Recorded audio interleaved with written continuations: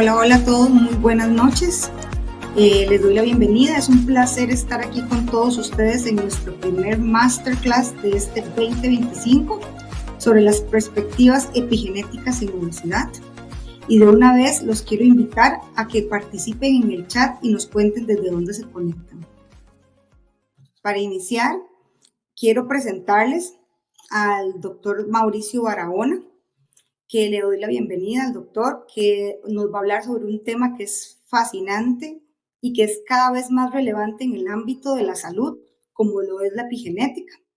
Bienvenido, doctor. Adelante.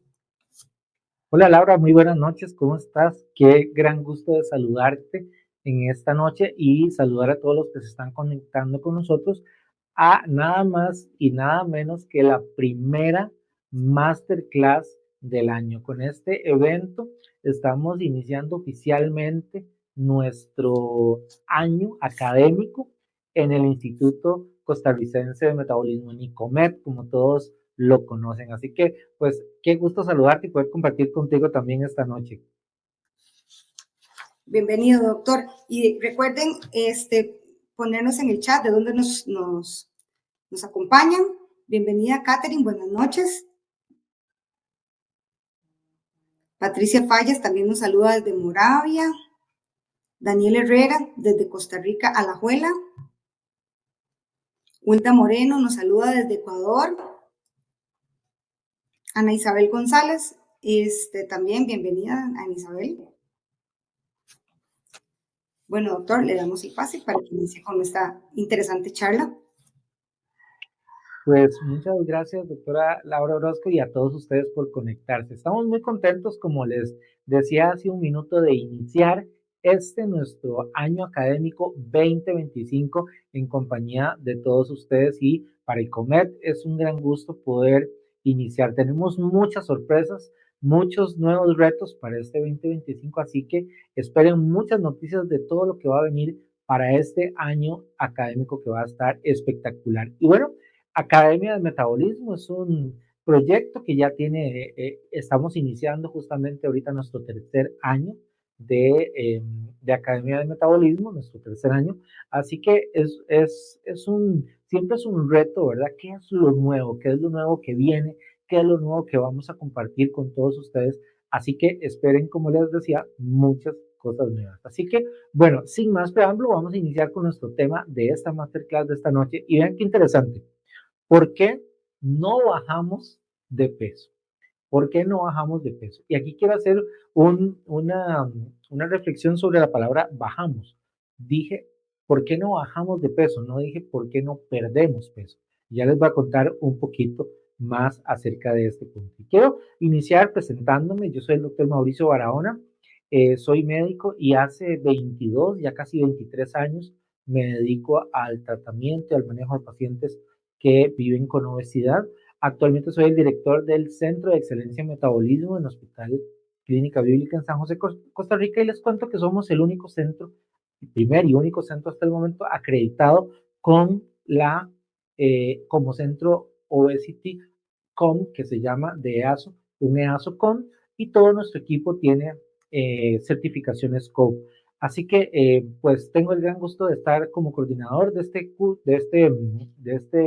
centro de excelencia en nuestro hospital, con un excelente equipo que trabaja conmigo. Pero lo más importante es que, así como tú, yo soy un médico que todos los días en la mañana se levanta hacia su consultorio o a su consulta, tiene que ver a sus pacientes con obesidad, y nos toca compartir con nuestros pacientes la alegría o el entusiasmo, ¿verdad? La motivación cuando están bajando de peso, cuando están avanzando, cuando tienen cambios, tienen resultados. Pero también nos toca muchas veces ver a nuestro paciente cuando viene frustrado, cuando viene angustiado, cuando viene desanimado, cuando me dice, doctor, no quería venir a la cita. Y nos toca todos los días en la consulta tratar con ese paciente, apoyar a ese paciente y encontrar una ruta para poderle ayudar. Así que, así como tú, soy un médico que todos los días tiene esta experiencia en el consultorio, y todos los días estamos trabajando con la motivación, pero también con la frustración, a veces con el éxito y a veces con no tan buenos resultados con los pacientes que nosotros tenemos como médicos que aprender a manejar todos los días en la consulta. Bueno, y justamente uno de esos temas es el que nos toca ver a veces en la consulta, que es cuando mi paciente no baja de peso, ¿qué está pasando? Y aquí quiero introducir un concepto que es el concepto de la epigenética. La epigenética se refiere a un poco el concepto de Cloud que nos planteó desde 2015 y es este. Vean lo que dice esta frase. En un mismo ambiente, unas personas engordan y otras no. Y esta palabra engordan ya no se usa tanto por el tema de estigma de peso, que luego en otro masterclass vamos a desarrollar, pero así lo dijo en su momento Cloud. Entonces, ¿qué es lo que ocurre? En un mismo ambiente, unas personas suben de peso y otras no. ¿Ok?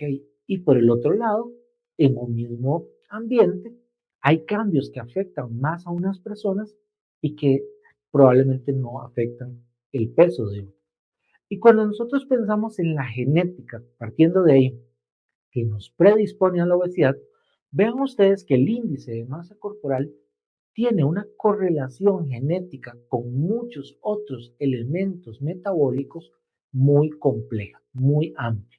Entonces, cuando analizamos el peso de una persona, el índice de masa corporal que tiene y su relación con la antropometría, con la enfermedad cardiovascular, con las enfermedades o trastornos metabólicos, con la edad, etcétera, vemos que hay una relación bastante compleja y muchas veces nosotros tenemos que explicar esto al paciente en el consultorio. Y eso nos lleva a un punto, quiero recordarles que con este punto fue uno de los que cerramos nuestro año académico 2024, el año pasado, hace muy poco tiempo, en el mes de diciembre pasado, hablamos de este tema, de las raíces de la obesidad. Y hoy vamos a explorar una de estas raíces, que es la epigenética, para comprender un poco más. ¿Cómo podemos dar un ejemplo práctico que podemos ver todos los días en el consultorio del tema epigenético? Vean qué interesante este ejemplo. Acá ustedes pueden ver una investigación, un estudio en el que se evalúa el consumo, vean ustedes acá la imagen, de alimentos fritos. Consumo de alimentos fritos.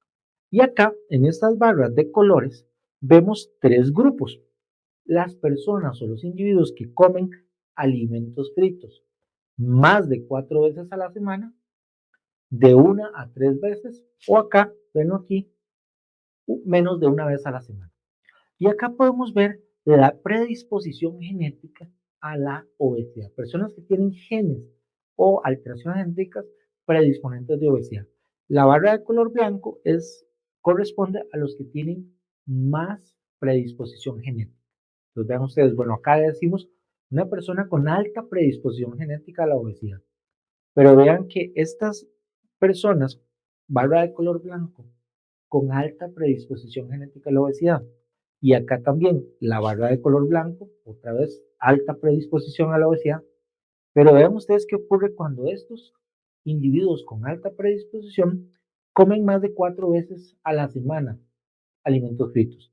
Su índice de masa corporal es más alto que los mismos individuos con alta predisposición genética, pero que comen alimentos fritos menos de 1 vez a la semana. Entonces vean que personas que tienen la misma predisposición genética, con solo un factor, comer alimentos fritos menos de 1 vez o más de 4 veces a la semana. Entonces vean qué interesante.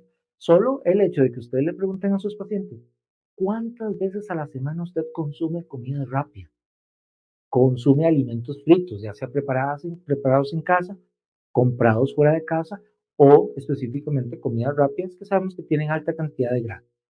Bueno, vean que ya aquí hay un factor que combina los dos elementos. Si hay predisposición genética, pero además hay conductas que favorecen el aumento de peso, ese efecto, como vemos, se potencia. Por el mismo lado, o por otro lado, si un paciente sí tiene alta predisposición genética, como muchos pacientes le dicen a uno, doctor, es que son mis genes, es mi genética. Sí, pero también es su conducta, porque resulta que aunque usted tenga genes que le predisponen a la obesidad, si usted come alimentos fritos menos de 1 vez a la semana, su índice de masa corporal va a ser más bajo. Entonces vean que la genética no va a ser determinante al 100% al final del día en el tema del peso.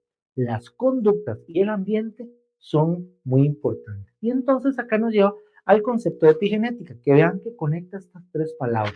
Vean ustedes, genética, ambiente, conductas, y en el medio tenemos la epigenética. ¿Qué significa esto? Que es verdad, podemos tener genes que nos predisponen, pero también hay un ambiente que puede activar o puede inactivar, que puede hacer que se expresen más o puede hacer que no se expresen o se expresen menos los genes de obesidad. Vean qué importante. Entonces, por eso decíamos al inicio, en un mismo ambiente, unas personas aumentan de peso, otras no, y el caso de los gemelos, ¿verdad? Gemelos idénticos con los mismos genes puestos en distintos ambientes. Entonces, personas que pueden tener los mismos genes, pero que están expuestos a ambientes distintos, su peso va a ser diferente. Entonces, vean qué importante la interacción. El ambiente es un gran disparador o un gran activador de los genes de la obesidad y de los genes de la enfermedad metabólica. Entonces, lo primero es entender que la genética no es al 100% determinante, debe haber un ambiente que le llamamos hoy en día ambiente obesogénico. Y entonces aquí viene una aplicación práctica para la consulta. ¿Qué pasa cuando nuestro paciente no está bajando de peso o viene con nosotros y nos dice, doctor, a mí siempre me ha costado mucho bajar de peso? De pronto pensamos en factores genéticos, claro que sí, pero entonces inmediatamente tenemos que empezar a entender cuál es el ambiente, cuál es el entorno en el cual se desarrolla, vive, trabaja, etcétera, nuestro paciente. Porque esa interacción entre la genética con ciertas conductas, comer alimentos fritos más de 4 veces a la semana, por ejemplo, o un ambiente obesogénico, es una combinación que entonces potencia, expresa más, activa más los genes de obesidad. Y vean ustedes entonces que cuando nosotros entendemos ya esto, entendemos entonces que la obesidad o la dificultad para bajar de peso o la facilidad para que subamos peso muy rápido, tiene que ver entonces con esta combinación clave, los genes del paciente, pero sumados a sus conductas y a su ambiente. Y esta interacción entonces tenemos que irla trabajando con nuestro paciente, ¿verdad? Y para eso nosotros tenemos una clasificación que usamos mucho en nuestros programas de entrenamiento, que es la clasificación de entorno proximal, entorno medial y entorno distal. Porque nosotros en la consulta avanzada o especializada en obesidad examinamos los tres perfiles de entorno, los tres niveles de entorno y cómo influyen en, qué tanto están influyendo en el paciente, su entorno proximal, lo más cercano a él, su familia, ¿verdad? Su pareja, sus hijos, el entorno medial, por ejemplo, el lugar de trabajo, y el entorno distal, que es la ciudad o el país o la comunidad en la cual vivimos. Todos esos tres elementos del entorno, o esos tres niveles, proximal, medial y distal, son entornos, son niveles del entorno que inciden a favor o pueden incidir en contra cuando hablamos del peso. Pueden ser entornos obesogénicos o más bien en algunos casos podrían ser entornos protectores. Entonces, nosotros examinamos más a detalle eso en la consulta, que es un tema. Y esto nos lleva entonces a entender por qué no bajamos de peso. Y no bajamos de peso por muchas razones, dirán ustedes, y tienen razón. Si ustedes me dicen, doctor, es que es por muchas razones, sí es verdad, son muchas razones. Pero vamos a tratar de hacer un ejercicio clínico, académico y clínico, de agrupar esas causas. Por ejemplo, acá te voy a mostrar causas de la categoría homeostática. La palabra homeostática es la que más se está usando en la literatura, que corresponde a todo lo que tiene que ver con el metabolismo del paciente. Acá tenemos las otras causas, causas conductuales. Un poco lo que comentábamos anterior, cómo es su dieta, cómo es su estilo de vida, cómo son sus hábitos, su patrón de sueño, conductas. Segundo nivel, conductas. Y tercer nivel, ambiente. Entonces, como lo estarás pensando tal vez en este momento, hay muchas razones por las cuales a veces los pacientes no bajan de peso, pero el ejercicio que estamos haciendo es clasificarles en tres grandes categorías. razones o causas homeostáticas, conductuales y metabólicas. Y estas tres casi siempre, cuando analizamos esto en detalle en la consulta, encontramos que siempre lo que está afectando a mi paciente con el peso es alguna de estas tres o varias de ellas combinadas que tienen más o menos impacto según cada paciente. Por ejemplo, una paciente que vimos en esta semana tiene 51 años, está en perimenopausia, por ejemplo, y me decía, doctor, yo no he cambiado nada en mi vida, no he cambiado mi dieta, sigo comiendo lo mismo, hago el mismo ejercicio, en mi entorno familiar no ha cambiado nada, mi trabajo sigue exactamente igual, pero hace un año empecé a subir de peso sin estar haciendo nada. Revisamos su estado hormonal, esa paciente ya está en perimenopausia y encontramos que hay un factor hormonal o metabólico que está influyendo en su aumento de peso. Este sería un ejemplo de una causa homeostática, una causa metabólica. Pero también, por ejemplo, encontramos por ejemplo, otro caso de una paciente que me dice, doctor, fíjese que yo empecé una relación con una nueva pareja hace 6 meses. Y desde hace 6 meses que estoy saliendo con esta persona, aumenté de peso. ¿Y qué ocurre? Bueno, empezamos a conversar con ella, qué ha cambiado, y me dice, bueno, yo casi nunca comía fuera de casa, siempre comía mucho en casa, salía poco, pero ahora con mi novio salimos mucho a comer. Todos los fines de semana vamos a comer y resulta que a mi novio le gustan mucho las comidas rápidas, le gustan las alitas, le gustan las hamburguesas, le gusta la pizza. Y entonces yo voy con él y salimos y comemos. Bueno, ahí viene un cambio de su conducta. Hubo un cambio conductual en esta paciente. Resulta que antes ella comía mucho en casa, casi no comía fuera de casa y menos comía rápido. Pero ahora con su novio ha cambiado su conducta. Ahora come muy seguido los fines de semana comidas altas en grasa, frituras, comidas rápidas o comidas de restaurante. Cambio ambiental. ¿Cuál sería un ejemplo de un cambio ambiental? En este cambio ambiental, justamente es cuando cambia nuestro entorno medial o nuestro ambiente, decimos, por ejemplo, un cambio de trabajo. Hemos tenido pacientes que nos dicen, doctor, fíjese que yo estaba en una empresa, ¿verdad? Y yo tenía en esa empresa muy buenos horarios. Entraba siempre a la misma hora, salía por la tarde a la misma hora, era muy estable. Tenía mis tiempos de comida muy bien definidos. Salía temprano por la tarde y me daba tiempo de ir a hacer ejercicio, ir al gimnasio, etc. Ahora resulta que me cambié a otra empresa, a un puesto mejor. Puede ser inclusive, vean ustedes qué interesante, una señal de superación. Un mejor puesto. Y resulta que en ese mejor puesto ahora tengo una mejor posición, tengo un mejor salario, gano más, pero resulta que ahora yo sé a qué horas entro, pero no sé a qué horas salgo. No tengo ya un horario, no me da tiempo a veces de almorzar, ya no me da tiempo de hacer meriendas. En la noche salgo cansado, llego a la casa y tengo que seguir trabajando, no me da tiempo de hacer ejercicio y al día siguiente ya estoy agotado, entonces necesito descansar porque el día siguiente va a ser diferente. Entonces, ¿qué pasa? Este paciente se superó desde el punto de vista profesional, por ejemplo, está en una mejor empresa, un mejor trabajo, pero ahora resulta que su estilo de vida cambió completamente porque el ambiente ahora es diferente. Tiene más estrés, horarios de comida irregulares, ya no tiene tiempo de hacer ejercicio. Entonces, ven ustedes acá una causa ambiental. Entonces, estos son pequeños ejemplos que te pueden ayudar a entender cuando un paciente nos dice que tiene mucha dificultad para bajar de peso o que le cuesta controlar el peso, que por más que hace dietas y cosas, no logra tener un buen control de peso, o que cuando está tratando de bajar de peso, no logra obtener los resultados que está esperando. Causas homeostáticas que tenemos que identificar, causas conductuales o causas metabólicas. Y ven ustedes que cuando hablamos de ese patrón yo-yo que le dicen a la gente, ¿verdad? Patrón de reducción, y otra vez uso la palabra reducción, la palabra perder peso ya no la usamos porque se considera una palabra relacionada con estigma de peso. Entonces hablamos de reducción de peso, que es el término que ahora utilizamos. Personas que hacen reducción, de pronto mantenimiento y reganancias de peso. Entonces que están acá en este ciclo.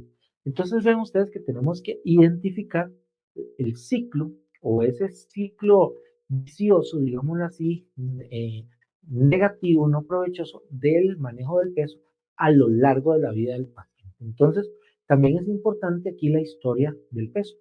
Y en este punto quiero resaltar un aspecto clave. Si ahorita el paciente le está costando bajar de peso, si ahorita el paciente nos dice, me cuesta mucho cada vez que intento bajar de peso lograr resultados, hay que hacer una buena historia del peso para ver cómo se ha comportado en el pasado. Por ejemplo, en qué momentos de su vida ha aumentado más peso, cuáles son los disparadores, los detonantes del aumento de peso, qué ha pasado si ha tenido tratamientos antes para bajar de peso y cómo le ha ido. De pronto ahí podemos captar información muy importante para aplicarla con los pacientes. Por ejemplo, qué es lo que le ha costado. En otros tratamientos, qué le ha funcionado, qué no le ha funcionado. Y eso también nos permite ir haciendo un perfil más específico de nuestro paciente y poder entender por qué ha tenido dificultades en el manejo de peso a lo largo de su vida. Hay causas que tienen que ver con cosas tan específicas como el adipocito. Y este es un concepto que cuando yo lo vi la primera vez, a mí me impactó. Resulta que un paciente viene con nosotros y nos dice, doctor, doctora, yo vengo acá con usted porque quiero bajar de peso. Muy bien, perfecto.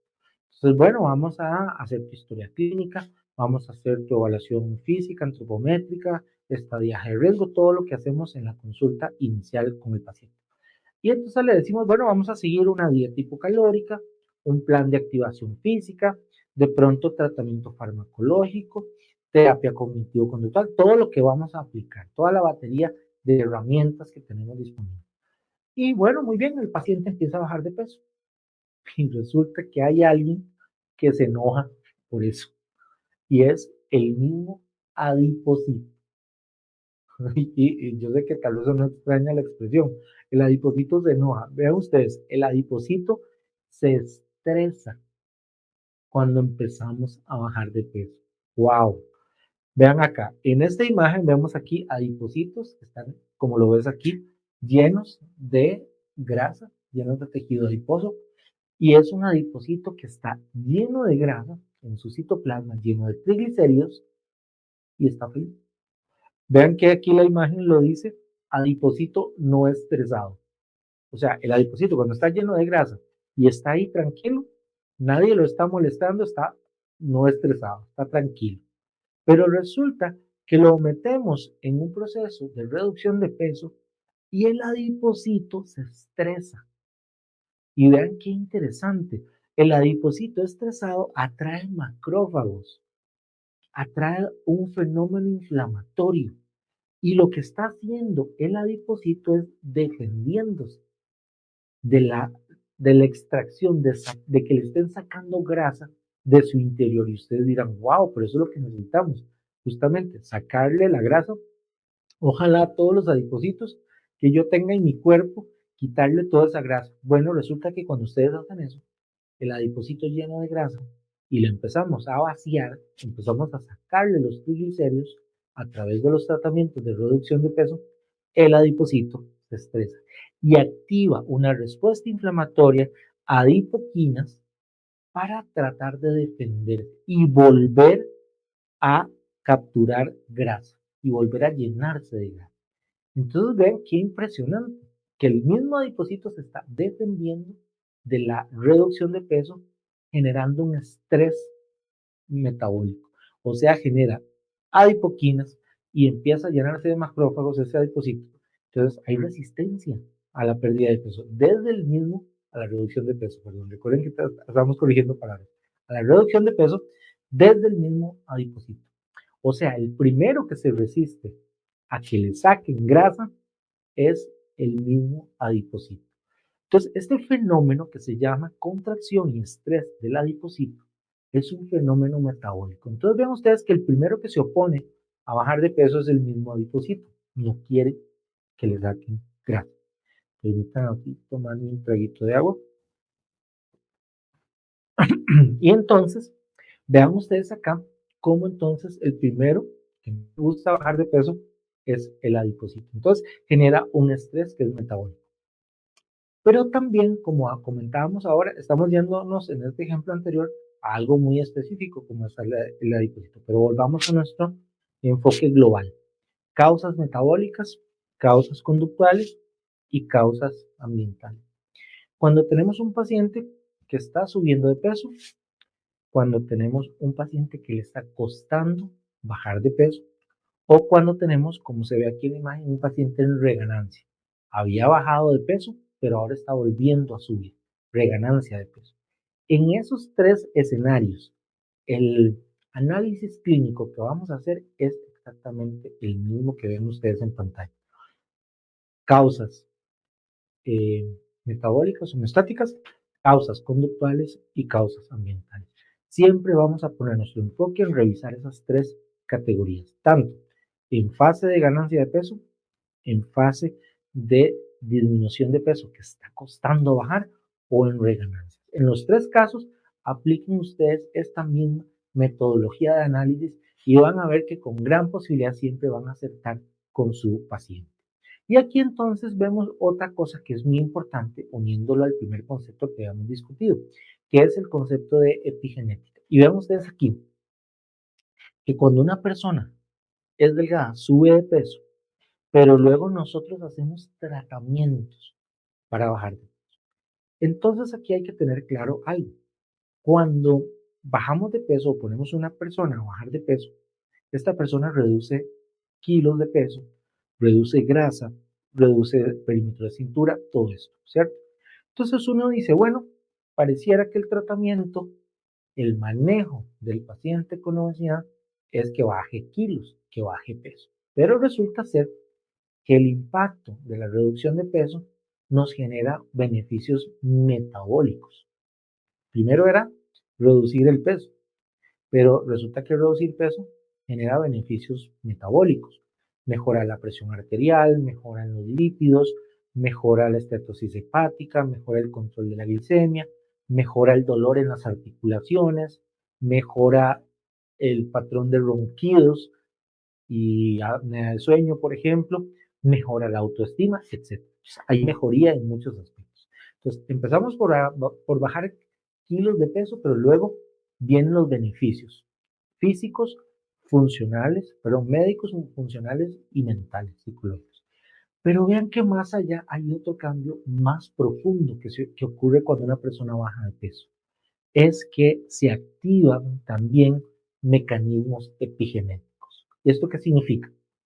Si una persona sube de peso y tiene genes que le predisponen, por ejemplo, a la diabetes, ¿qué ocurre cuando sube de peso?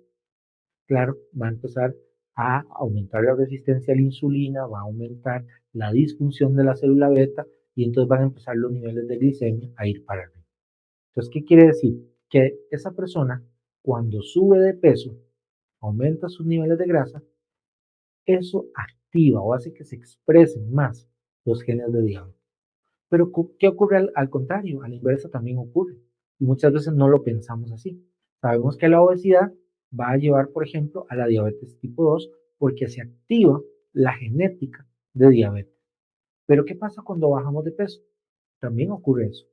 Hay cambios epigenéticos cuando intervenimos el peso. Entonces, los genes de diabetes que se activan cuando subimos de peso también se pueden apagar cuando bajamos de peso.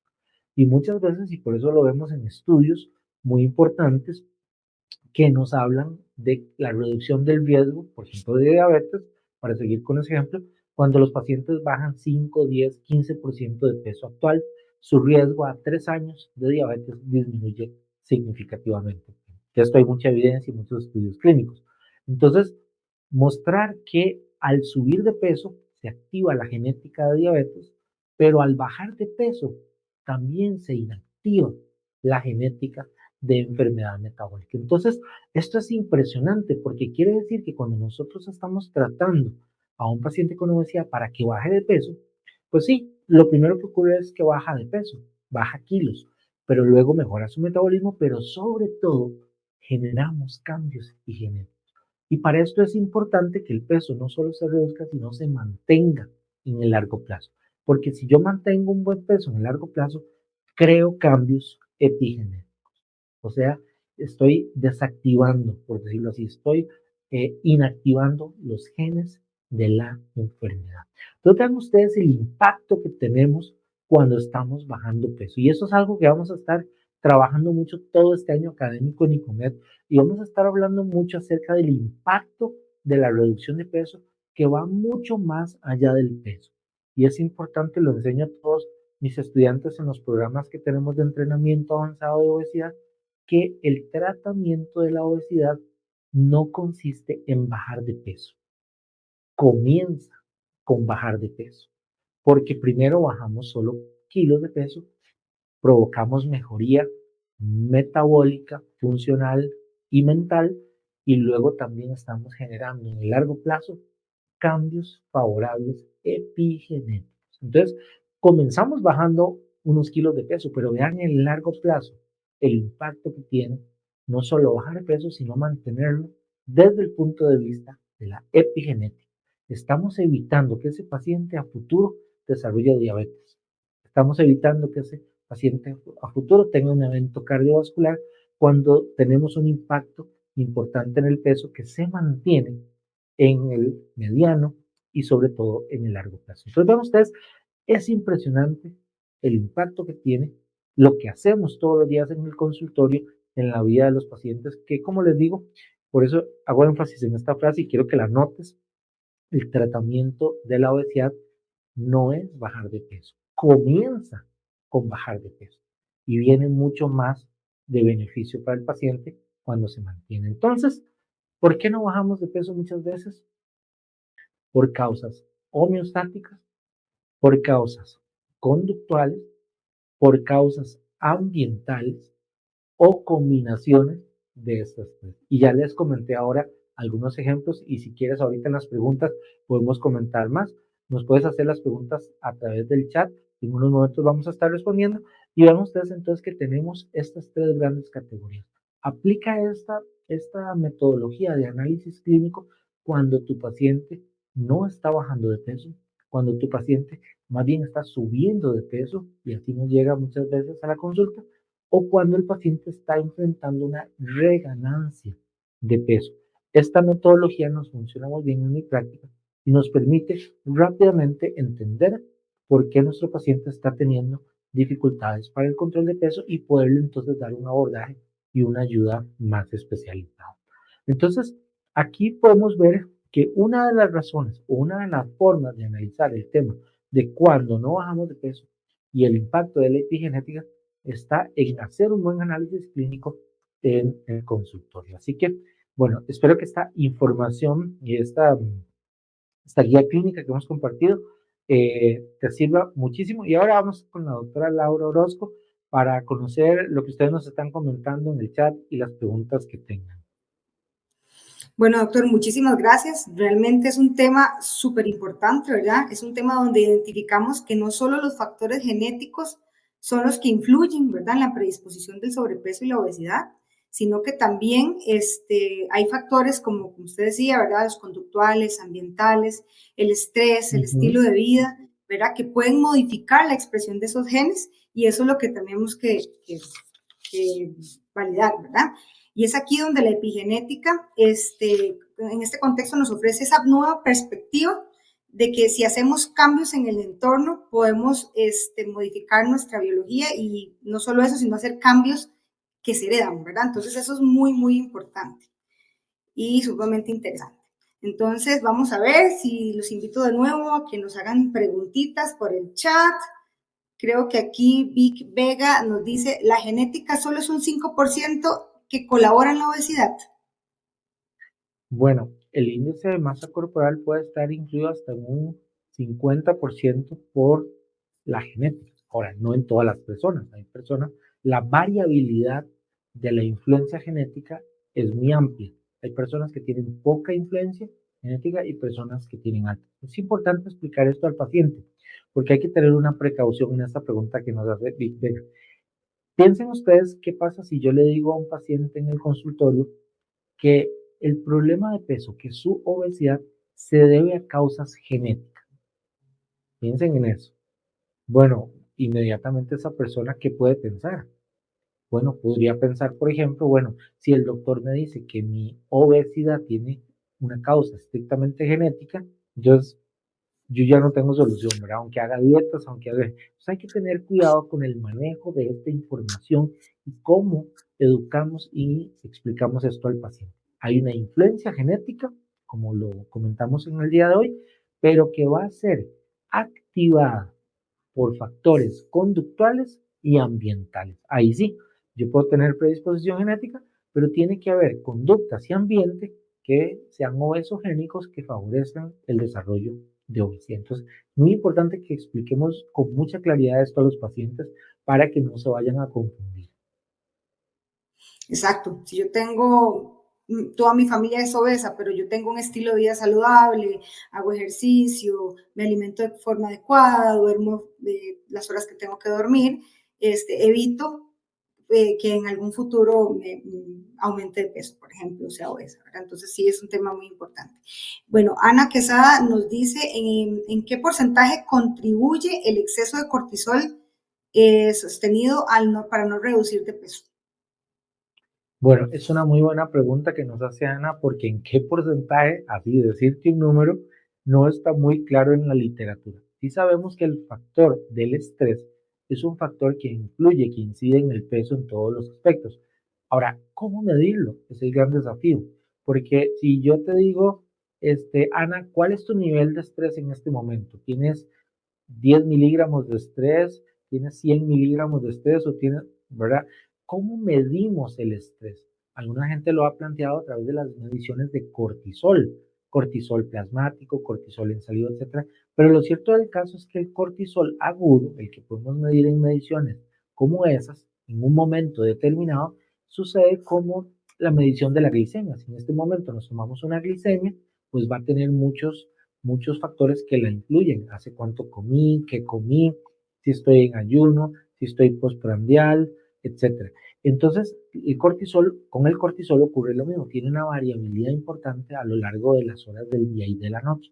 Entonces, el estrés acumulado, que es el que realmente tiene impacto en la salud a largo plazo, es más difícil de medir. Hay algunos planteamientos de medir cortisol en las uñas o en el cabello, en el pelo, para medir cortisol acumulado, que sería una manera más objetiva de poder medir el estrés crónico. Pero sabemos al final del día que el estrés es un factor que, aunque es difícil de medir en el consultorio de manera objetiva, sabemos que tiene un gran impacto. Muchas gracias, doctor. Big Vega dice, ¿hay pacientes que les cuesta reducir de peso? Por supuesto, claro que sí. Recuerden que cuando vamos a hablar de el efecto de diferentes tratamientos para bajar de peso, siempre tenemos que tener claro en dietas, en fármacos, en actividad física, etcétera, en todos los tratamientos que podemos aplicar. Siempre hay pacientes que responden estándar, respondedores normales o promedio. Siempre vamos a tener respondedores rápidos, la gente que responde mucho más que los demás. Tenemos respondedores lentos e incluso con ciertas terapias también no respondedores. Entonces, vean ustedes que el tratamiento de la obesidad no es diferente del tratamiento de otras enfermedades también, donde tenemos siempre este mismo perfil de respuesta. Respondedores estándar, respondedores rápidos, lentos y no respondedores. Esto siempre va a ocurrir. Ahora, nuestro trabajo clínico es cuando tenemos menos respuesta de la que esperamos, entrar a analizar más a profundidad qué es lo que está ocurriendo. Ok, Wendy Guevara nos dice, ¿qué tanto afecta la resistencia a la insulina y la leptina en la reducción de peso? Claro, son factores determinantes del tipo metabólicos que tenemos que trabajar, pero la ventaja es que hay terapias y hay tratamientos para ayudar a nuestros pacientes a reducir la resistencia a la insulina, indirectamente a reducir la resistencia a la leptina, aunque también hay fármacos que van a futuro apareciendo o que van a ir apareciendo a futuro en el tema específico de leptina, en el cual todavía no tenemos fármacos disponibles al día de hoy, pero los vamos a tener a futuro muy probablemente.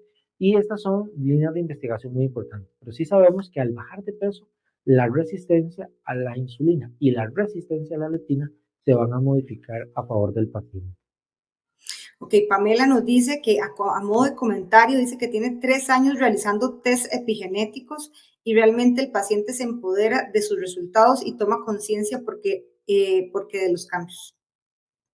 Claro, y eso Entonces, es parte de lo que a futuro, en el presente y en el futuro cercano también va a venir más, cada vez más fuerte, el poder hacer pruebas que permitan medir esta interacción epigenética entre genes y ambiente. Y es parte de lo que es importante también tomar en cuenta como posibles herramientas clínicas que nos ayuden a mejorar, a afinar la puntería, podríamos decirlo así, a dónde disparar con más efectividad si tenemos herramientas clínicas que nos permitan hacer diagnósticos más específicos o más precisos, que es un poco lo que se llama hoy medicina de precisión, que es poder tener otros recursos clínicos y de diagnóstico que nos permitan ser más específicos en los tratamientos. ok, Stephanie Bertana nos dice, en relación con la actividad física, ¿cuánto es lo recomendable semanalmente para el paciente que está iniciando un programa para perder peso? Muy bien, depende del paciente, ¿verdad? Del paciente que está en cero, no hace ninguna actividad física. Nosotros ahorita comenzamos con el programa de activación física, que no es lo mismo que ejercicio físico. Entonces comenzamos con el programa de activación física. De hecho, en la certificación peso tenemos un módulo completo de activación física en donde enseñamos las tres claves de la activación física, que son la reducción, el aumento y la práctica. Son las tres claves que aprendemos en ese módulo. La reducción de actividades que antes llamábamos sedentarias, o actividades de poco gasto calórico, tiempo sentado, tiempo en pantallas, reducir. Luego aumentar actividad física diaria, sobre todo conteo de pasos, ¿verdad? Etcétera. Y también ya práctica de ejercicio físico. Y ese ejercicio lo vamos a iniciar de acuerdo con el paciente. Si es un paciente que no está realizando nada de ejercicio en tiempo libre, a un paciente que ya hace algo y queremos incrementar, y en ese módulo también revisamos un poco la prescripción de ejercicio desde el punto de vista aeróbico, resistencia y funcional.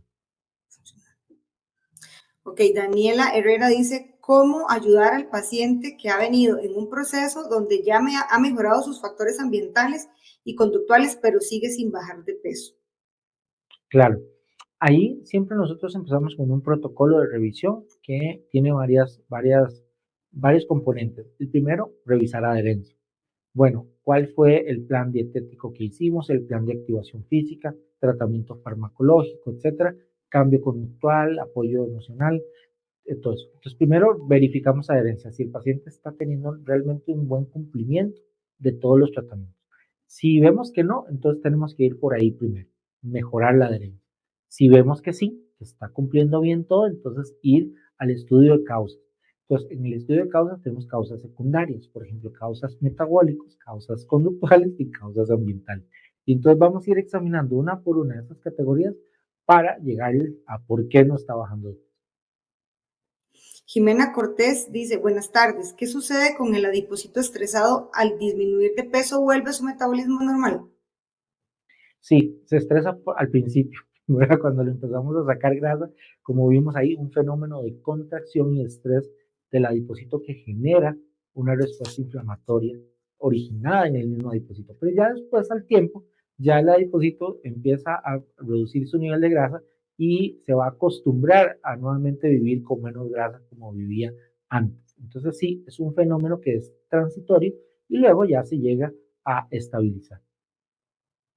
Ok, doctor, de verdad es un tema muy, muy interesante y de verdad que yo los invito a que puedan llevar las certificaciones, ¿verdad? Tanto peso como kilo.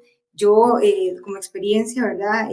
Para mí ha sido sumamente enriquecedor. Se aprende de todo, ¿verdad? Cosas que nunca ve uno en la universidad, desde las causas básicas, los mecanismos de hambre, de saciedad y como dice el doctor, esos últimos módulos súper interesantes en donde se detalla dietética, activación, conductas, farmacología, ¿verdad? Se aprende todo tan detallado que uno, de verdad, que desde que llega el paciente, uno se siente sumamente, como dice, ¿verdad? Interesante el poder saber de dónde empezar a investigar, ¿verdad? De dónde empezar a preguntar, qué enviarles para poder tener todo y poder hacer un buen diagnóstico, identificar bien las causas y poder ayudarles con un adecuado tratamiento. Entonces le voy a dar otra vez el pase al doc para que nos dé unos anuncios. Bueno, justamente tengo 3 invitaciones para todos los que se han conectado a esta masterclass, nuestra primera del año, y es, si lo que quieres hacer es aumentar tus conocimientos en obesidad, tener una idea más clara de cómo abordar las preguntas que los pacientes te hacen sobre el peso, como lo hemos hecho en la sesión de hoy, el programa que hemos diseñado para ti es el programa Kilo, de conocimientos avanzados en obesidad. Este es un programa de 4 semanas, de 20 horas académicas, en el cual puedes tener rápidamente, en menos de un mes, una actualización de todos los conocimientos avanzados en obesidad que necesitas para mejorar el nivel de conocimiento en esta patología y poder responder bien y abordar bien las preguntas de tus pacientes. Ahora, si lo que quieres es ir a un nivel mayor, que es ya desarrollar una consulta es más especializada, con más impacto en tus pacientes en obesidad, entonces la consulta vas a poder aprenderla en el programa PESO, que es el programa de entrenamiento en sobrepeso y obesidad, que es un programa de 10 módulos, ya es mucho más extenso, de unas 120 horas académicas, unos 6 meses aproximadamente de formación, en los cuales vas a aprender a desarrollar ya una consulta de obesidad desde la evaluación clínica, la detección de las causas y la fase de manejo y tratamiento. Entonces, si lo que quieres es desarrollar una consulta en obesidad, entonces el programa que tenemos disponible para ti es el programa PESO. El programa PESO está disponible para iniciar el 4 de febrero. Apunta esta fecha, 4 de febrero va a estar iniciando el programa PESO. Y el programa Kilo lo puedes tomar en cualquier momento. Ahorita mismo, terminando esta masterclass, puedes empezar el programa Kilo inmediatamente. Está disponible ya mismo para empezarlo. Y el programa PESO inicia el primer grupo de este año 2025, inicia el próximo 4 de febrero. Y también quiero invitarte a que reserves en tu agenda una fecha muy especial, que es el 29 y 30 de mayo. Ya que estamos iniciando el año, pero ya estamos en el proceso de preparación del 15 Congreso ICOMED 2025. Vamos por nuestro congreso número 15, perdón, en este año 2025. Así que ICOMED 2025 va a ser el 29 y 30 de mayo en el Hotel Crown Plaza Corobici.